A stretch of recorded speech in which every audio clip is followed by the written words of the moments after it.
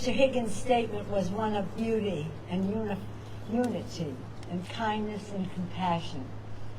When we had the moment of silence on the floor the other day, he stood up and said, we have a moment of silence now, but tomorrow our voices will speak out. And that is what has been happening this week. And as we all agree, much more needs to be done. Right away on the floor we had a Congresswoman Wasserman Schultz anti-anti-Semitism resolution. Yesterday we had Mr. Schrader's bill to stop domestic terrorism. And here we are now on the steps of the Capitol. We come here when it is of the highest priority. When you talk, Mr. Higgins, of the victims and give their ages, we know there are many, many more victims. A little boy whose father was buying a birthday cake for him in the store. Other members of the families of the victims have endless grief. And while we mourn with them and we pray with them, we must do more. We must stop the violence. Part of that is keeping our promise to make sure that we give our children healthy environments in which they can thrive without being fearful of gun violence. We have voted over and over again in the House for background checks for Mr. Clyburn's legislation, the South Carolina loophole.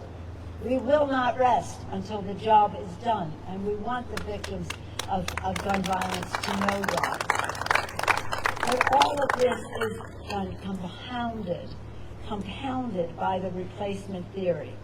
It's an extremely alarming and despicable idea, and it must be rejected by anyone who claims to embrace our American ideals.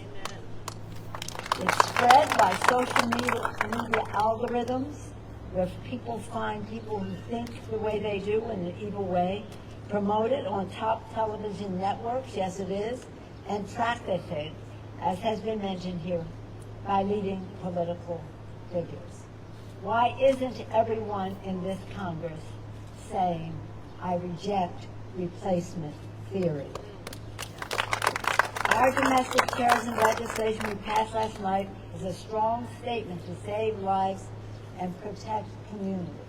Because this is not just an assault on a person, their family. It alters the character of communities in our country if people have to be so fearful. But let me be clear. The motivation for this is something that must be rejected. Was there no one, no neighbor, no family member, no person in a store where this stuff was bought? Was there no one in the sense of community of this assailant that knew something should be called to the attention of law enforcement? We must all be vigilant until we are all faithful to the three pluribus unum doctrine. When we had the January 6th assault on the Capitol, which had the same racist elements to it and replacement theory background to it, I read a poem. I'm not going to read all of it here, but I'll read from it. It's called I Have No Other Country by Ehud Manor, an Israeli poet. He said, I have no other country, even though my land is burning. Here is my home, I shall not be silent, for my country has changed her face. I will not give up on her, I shall remind her and sing into her ears until she opens her eyes. America, open your eyes to this hateful replacement theory that is taking lives and taking a toll on the spirit of democracy in our country. This country is about freedom.